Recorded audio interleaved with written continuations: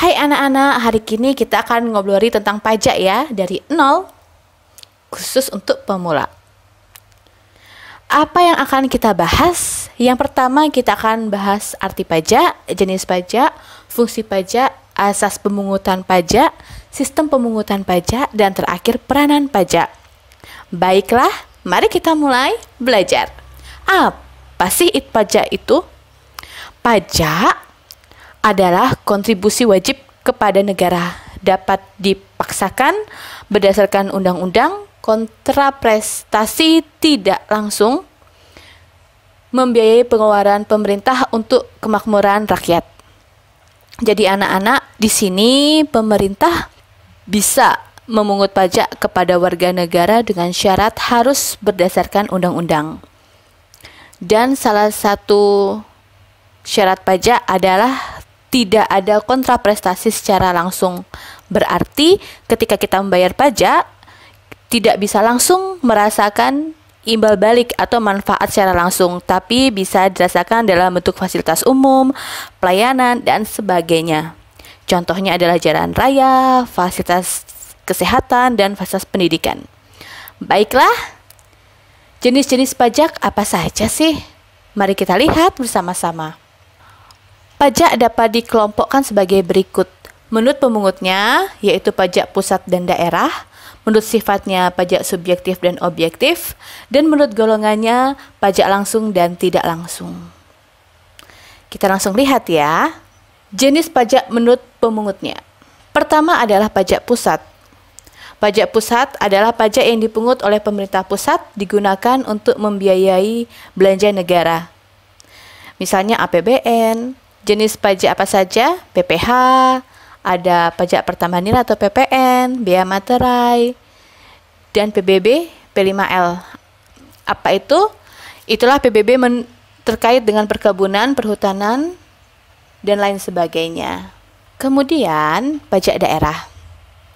Pajak daerah adalah pajak yang dipungut oleh pemerintah daerah digunakan untuk membiayai belanja daerah, termasuk APBD ya. Bisa dibedakan menjadi dua, yaitu pajak provinsi dan pajak kabupaten atau kota. Pajak provinsi adalah pajak kendaraan bermotor, biaya beli kendaraan bermotor, pajak bahan bakar kendaraan bermotor, pajak air permukaan, pajak rokok. Kemudian, untuk pajak kabupaten atau kota ada pajak hotel, restoran, hiburan, reklame, dan lain sebagainya. Selanjutnya anak-anak, kita akan lihat jenis pajak menurut sifatnya. Pertama adalah pajak subjektif, yaitu pajak tersebut berpangkal pada subjeknya. Selanjutnya dicari syarat objektifnya dengan memperhatikan keadaan dari wajib pajak. Jadi yang dilihat adalah subjeknya dulu. Contohnya adalah pajak penghasilan. Jenis kedua adalah pajak objektif. Pajak objektif ini berpangkal pada objeknya tanpa memperhatikan keadaan wajib pajak. Contohnya adalah PPN.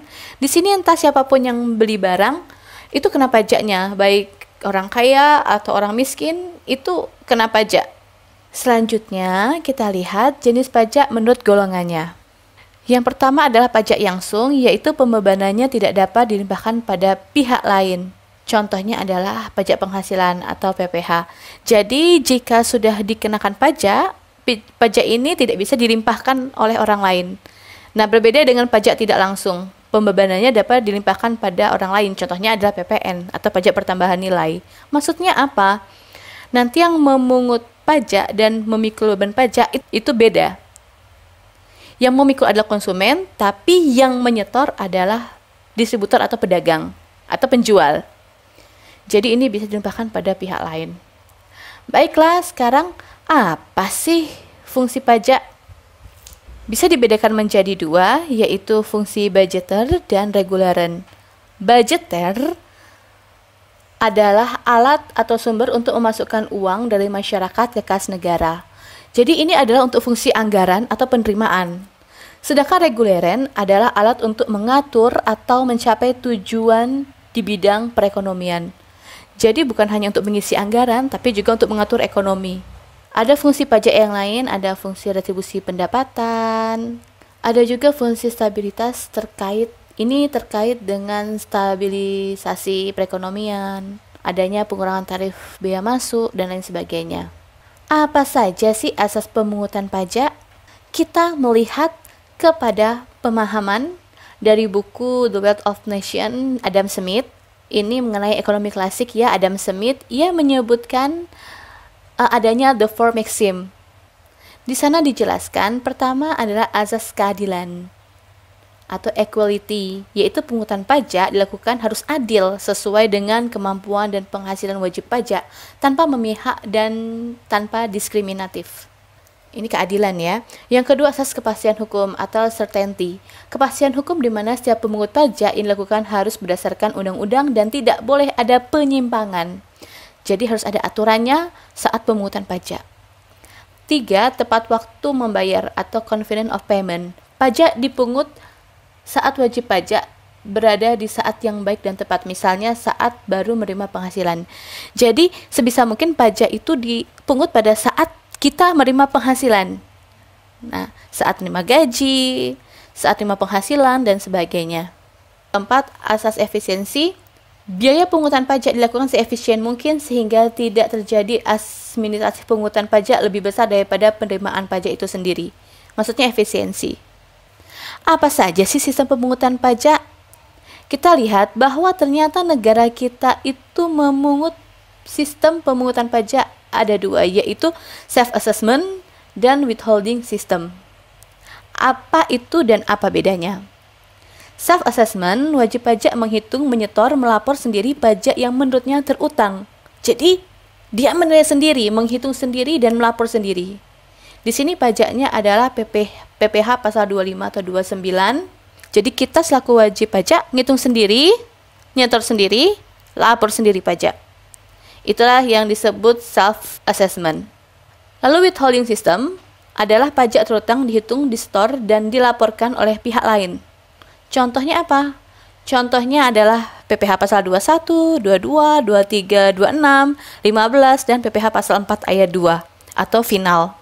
Paling gampang adalah PPh 21. Jadi karyawan terima gaji. Dan itu yang menghitung pajak atas gaji, yang menyetor dan melaporkan adalah pemberi kerja. Bukan kita selaku karyawan. Jadi pajak itu adalah pajak karyawan, tapi yang menyetor adalah pemberi kerja. Jadi itulah yang disebut dengan withholding system. Apa peranan pajak? Nah, sekarang kita lihat, apa sih peranan pajak untuk negara kita? Jadi pada umumnya, sumber pembiayaan negara ada 3, pinjaman atau utang, menjual sumber daya alam, dan pajak. Mana yang lebih baik? Mari kita lihat.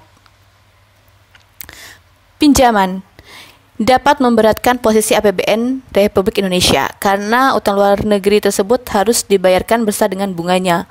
Negara akan dicap sebagai negara miskin dan tukang utang karena tidak mampu untuk mengatasi perekonomian negara sendiri, baik utang dalam negeri maupun luar negeri. Yang kedua, menjual sumber daya alam. Penjualan sumber daya alam secara berlebihan dapat menyebabkan kerusakan lingkungan atau ekosistem, serta membuat sumber daya alam tersebut menjadi langka atau habis. Contoh, menjual minyak dan gas bumi, menjual batu bara. Itu kalau berlebihan tentunya akan membuat barang tersebut langka. Pajak. Penerimaan negara melalui yang satu-satunya sumber penerimaan yang minim resiko dapat meningkatkan kemandirian bangsa. Pajak juga merupakan sumber utama pendapatan negara. Ya, ini Pak Jokowi ya. APBN atau anggaran pendapatan belanja negara adalah sebesar 1699,9 triliun tahun 2020 dan menjadi 1743,6 di tahun 2021. Jadi anak-anak di sini jelas bahwa pajak itu merupakan sumber utama penerimaan negara.